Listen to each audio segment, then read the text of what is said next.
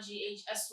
na enenso Empress Martinus na chese kofa bai me de bi enenamo arahosem kese asi ewo eye Accra South Municipal Area hono bia ye frɛ wono eye Akwasi Hills anase Eric Ado Estate Emrantie miensa mo frankuma miensa bomodi akwakoto amna donku bi mu amene o kasa de yade a emofra nyina ensu a etai amna num no amofra ya no no ma sesi yo nyina ato anananom ewo ensiedo se wo popiem ewo Eric Ado Estate anase Akwasi Hills a eya sabia no eye bia na wotu eye nete a wo pese wusi wudan wo hia bi dia ye feeling anase wo de twa blocks a ye twitwa ewo honom na wotu nete di bro na ni amanfo ato ema mo de si won dan ama eden aye fe mo makwa kotena mo eye ebia no omatu nete wo ho ma aye eka kese a eda honom a ensu a eto ye na anu ni nyinala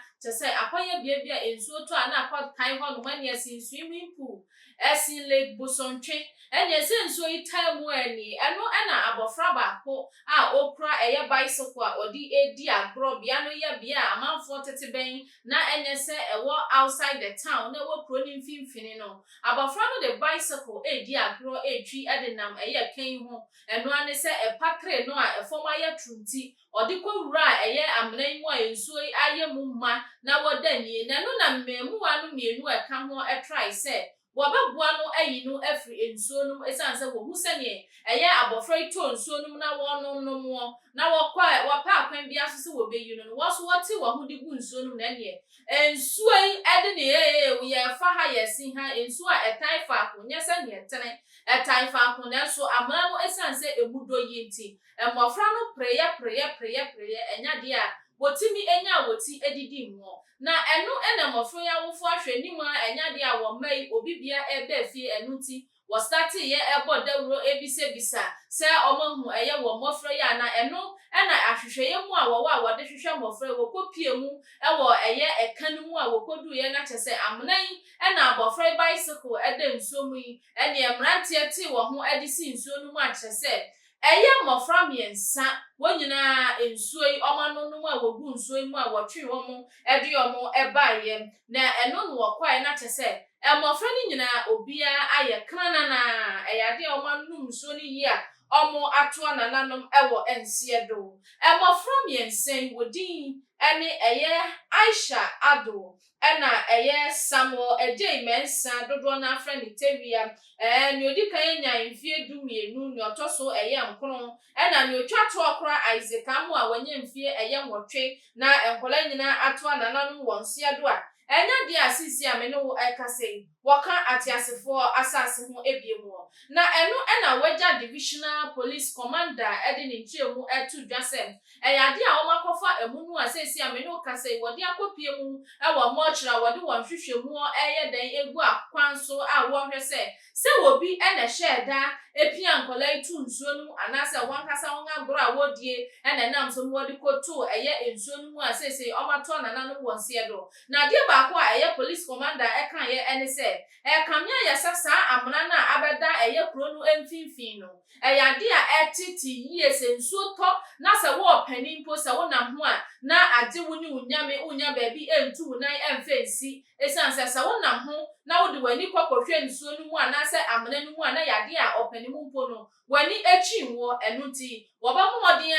apekwan bi a wode amna no ebefa so se wode bola na besi nu anase wobeya ne den omaye ne bibi se ne ebeya enna aka woyanimu nie esie adrowanchem kase no ebi ansan ensi ebiemu esanse sakoba ne sam no ma anya bibi amfa ho de a ene na enchekra ye bewie eye esusu obusumi a ensu obeyi na no na atotototo no eyade a ebesan edi ebu kase papa esanse wo batam bi eni ho no obetimi akyekyere ne ba ede na ba na sen eye den a wo ba soma wo ba anase wo beja wo ba manakwa akodi agoro nenso eye eka ababeda eye kuro no emfinfin no a na chese eyade a timamufu a wowo eye Eric Ado Estate anase Akwasi Hills ewo eye Tuba no omunyina eyam ahihyewo mu a wodwo ajajo ese aban ne mpamimfo enye bibi emfa ho esanse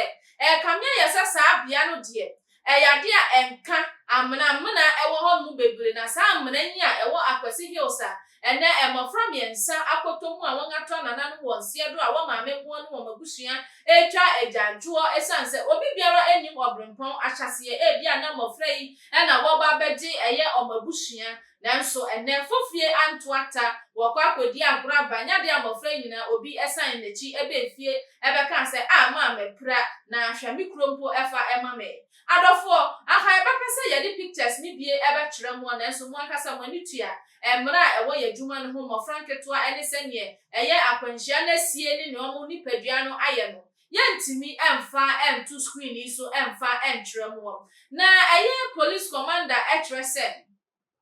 Emibi a etwa mu kɔ na wo hwese ne amratuo ni netituo ekoso ewo honom no eyade a wakoka ye nenso kamia ye se ahemfo a ewo honom emmoa emo madwuma enkoso pepepe ene ese wo pese wo tuo bi ewo ho ane obete ye mia na me ma nipa ne kwan mia na ma nipa ho kwan enti weyi a emofra miensa afemu ato anananum ewo nse do de na wo sre se ahemfo anase ensase ewura no ma wo Tuba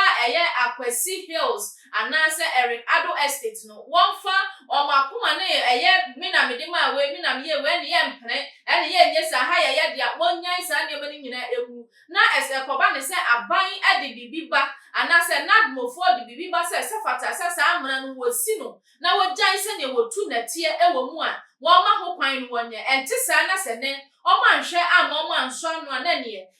in the future no dia sa amana no ede beba obi nim niye ebesi ewo sa bia ho enunti esefata na edika ese waka no wosi sa akwanhia no na ebi antu ebiemu yefa yefide kese so ama awofu a omahwe wo mamamu miensa dakro pe nyina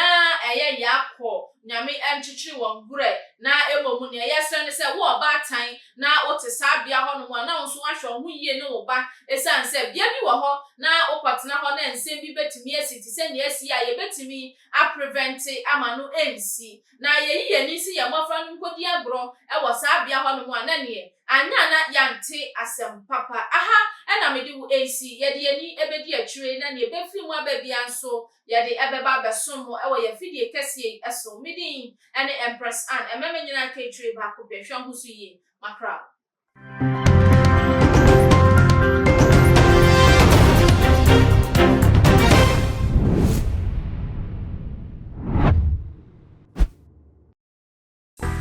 Theophilus Ananie, so the best media school in Ghana there, and a too much multimedia college. If we say a band equipment apapa, a church for our quadrant awadisium, any air conditioned room there, the band media law, advertising, camera handling, and marketing there. And then a location or a coffee park junction. For number ne boasio, no one casa free, no more beyond that one, no more being a semi frama, one casa free, about